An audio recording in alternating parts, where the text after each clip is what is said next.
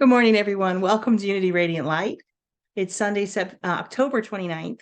And as you can see, it's all things Halloween. We're here this morning. Everyone's dressed in different outfits, different costumes. It's lots of fun to see. So I wish you a wonderful and blessed Halloween week. So two men were walking home from a Halloween party at a local bar and decided to take a shortcut through the cemetery. When they were halfway through, they were startled because there was a tap, tap, tap.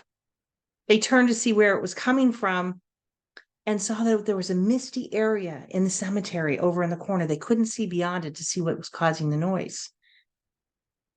So they were shaking in fear, but they knew they wanted to make sure that the person or whatever was making the noise was okay. So when they walked through the mist, still shaking, they saw an old man chipping away at a headstone. And the one man said, "Holy smokes, mister, you scared us to death." And the other man said, "We thought you were a ghost. What are you doing working so late at night?" And the old man looked up slowly and replied, "They misspelled my name." A little Halloween humor. So welcome to Unity Radiant Light's celebration of Halloween. Despite the dark meanings surrounding Halloween people have given to them, there's certainly a lot of fear around it with some people. But we also know there's a light in everything, including our celebration of a fun night like this. So today we're going to be talking about all things Halloween, some of the metaphysics behind it. We've been listening to music this morning with the metaphysics surrounding the music, and just having fun, allowing our inner child to run wild. And as a child, I didn't understand the origins of Halloween, and there certainly is a lot of fear around it by some.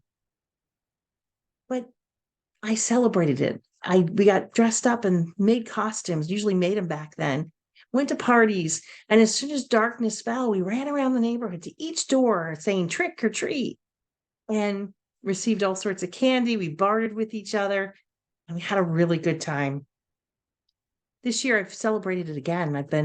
We've been watching Halloween movies in my house. We went to Halloween party, dressing up, just having a really good time with it. I feel that childlike joy coming to the surface again. And I've seen the fun and I've looked into the stories. And as you can see, Winifred Sanderson in the house this morning with Hocus Pocus, was able to look at it from a totally different perspective and really enjoy like the new Hocus Pocus that came out last year. Instead of when they couldn't find a normal witch's broom to ride, they used a Swiffer and two Roombas, which was hysterical. What's your belief? Have you ever created a haunted house where you use spaghetti for brains and grapes as eyeballs? Halloween's a time to scare ourselves. We can turn fear into fun, and we really allow our power of imagination to take over. It leads the way. It's one of our 12 powers that we celebrate and we activate and work with in unity. You know, we look at that. We think about Halloween. I mean, did you see the moon last night? It was amazing. We had a fire in our fire pit and sat outside and watched that moon rise. We know that the veil's super thin right now. It helps us to communicate with those who might be on the other side. And we know that it's also the perfect time because the energy is so high to possibly set some intentions. Because we know they pack an even bigger punch when the energy is this high. What if we knew everything? That there's more within us, even more than our imagination might even let us to believe. We can create anything we want. That we have unlimited power to get really creative at this time of year. And that's what Halloween is about. It's about creativity. So if we need to make a change in our lives, we have the power to do it.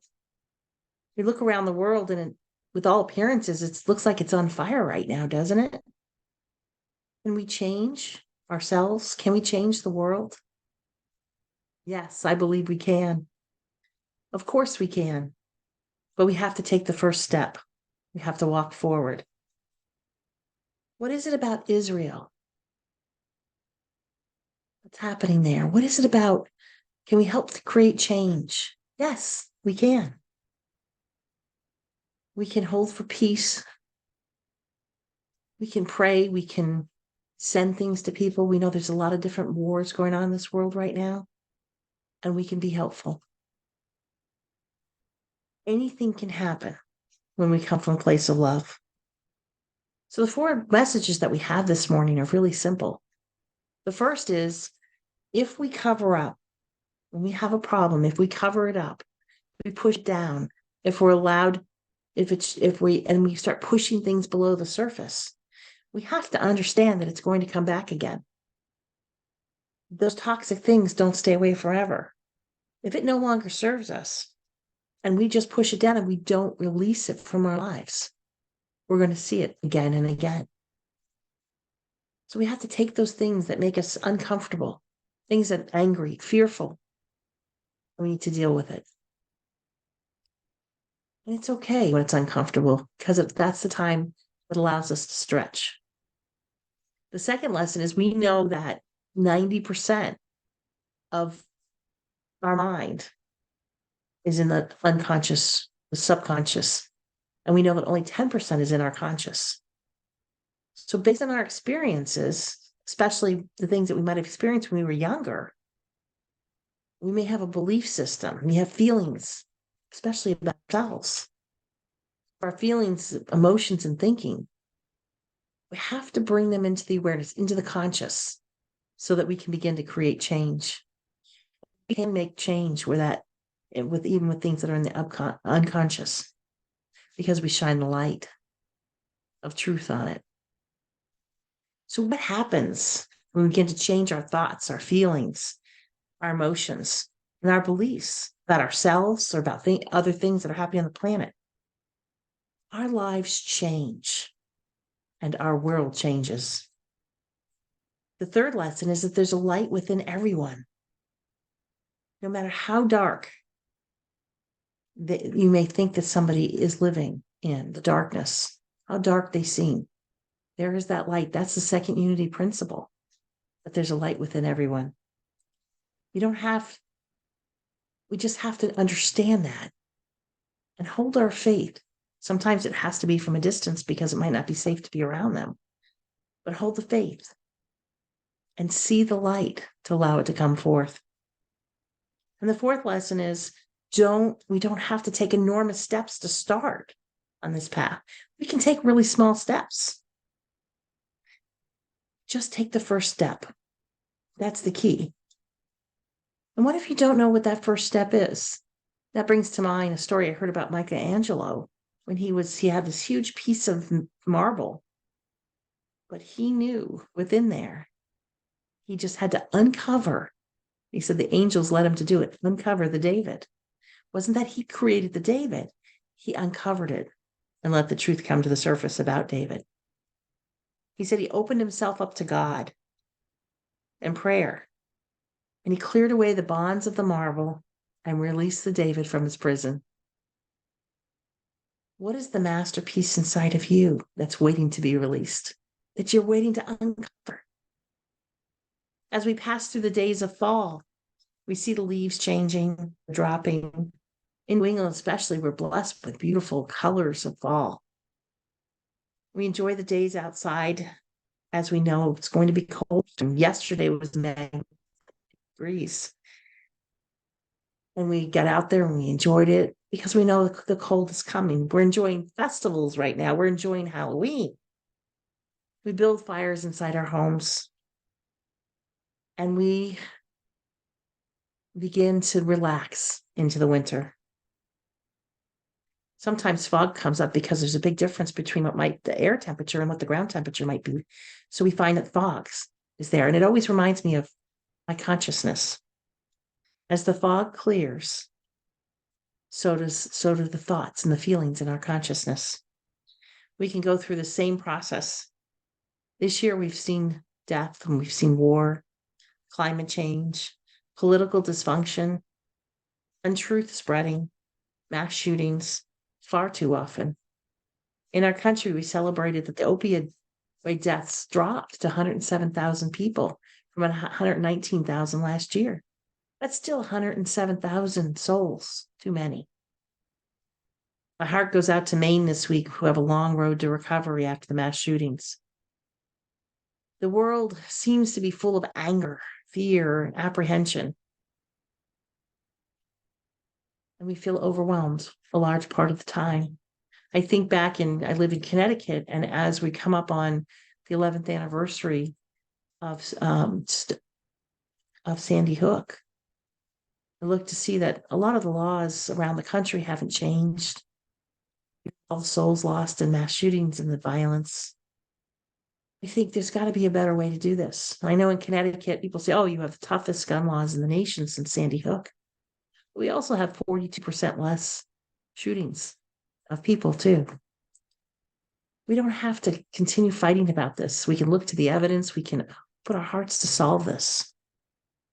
So the state of our world offers plenty of reasons for concern.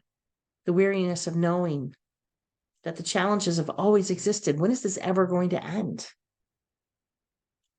My belief is we cannot force others to conform to our worldview.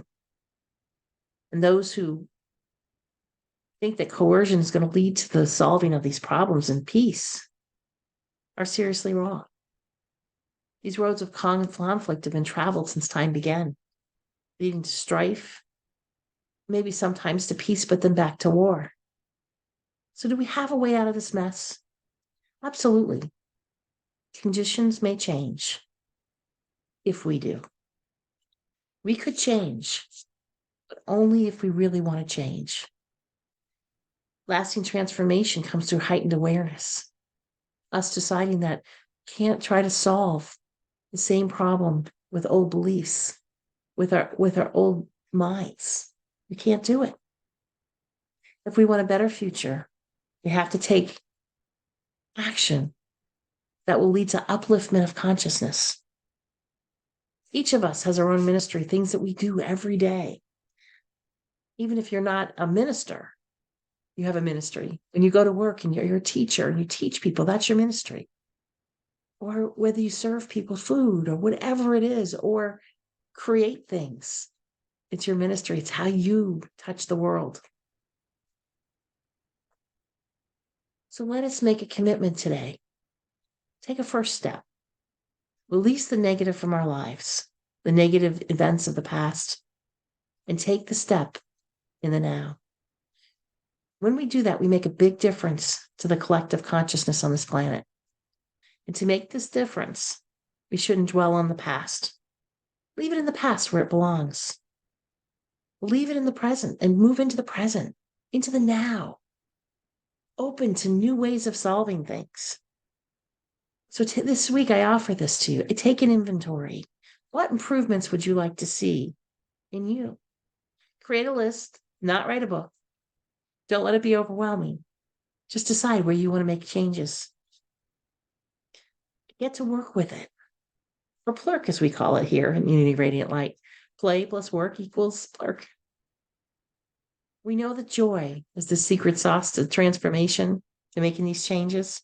So create a strategy, if you need it, to adjust to it.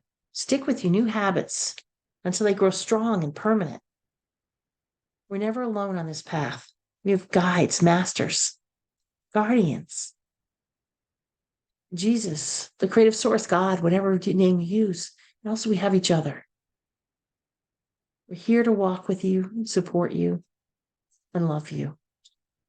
The question that I ask myself every day is, am I doing what I came here to accomplish? Am I doing what I came here to do?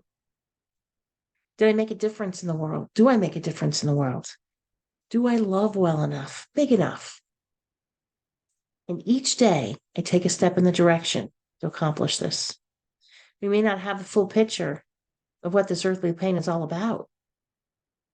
You have a choice. We're going to leave it a little better than when we came. So what's your question? What's yours to do? and decide that and take that step. It's Halloween, where we can have fun, transform into new versions of ourselves, sometimes shocking. Let's do that. Let's have fun with it and then continue this path of transformation. Let your power of imagination have fun, go wild, create, transform you. And with this, the world will become a better version of ourselves. The world will start to see the healing and the change. And we'll continue on our journey to being the best Christ we can be.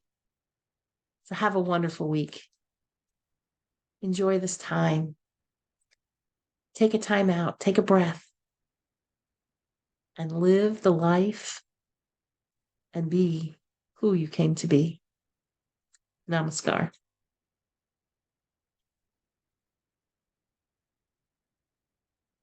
And as we move into meditation this morning, I invite you to close your outer eyes. If you feel your energy bubbling over, just allow it to do that.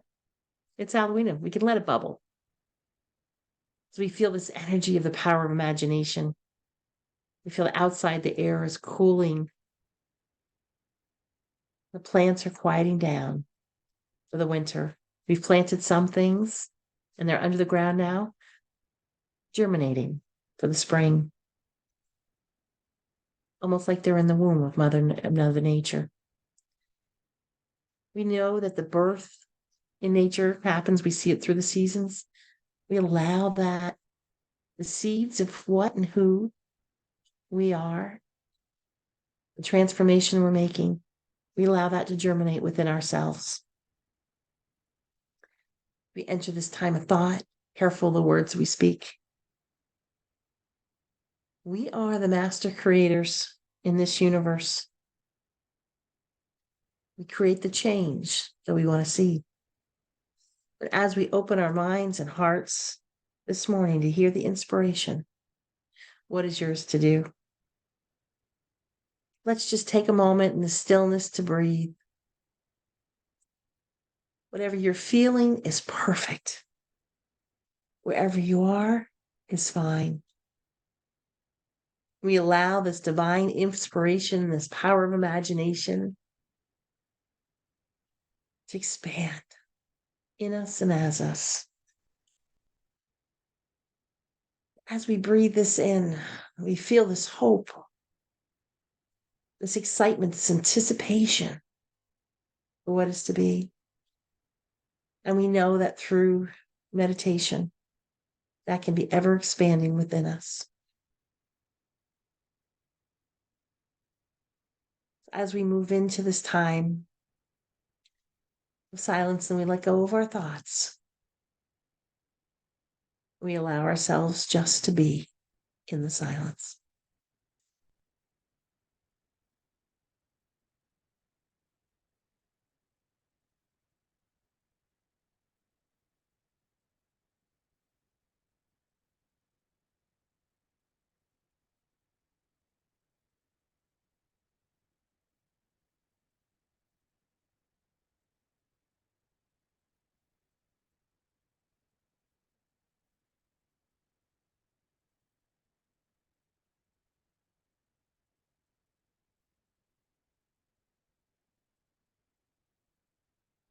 We find ourselves reawakening to our divine purpose.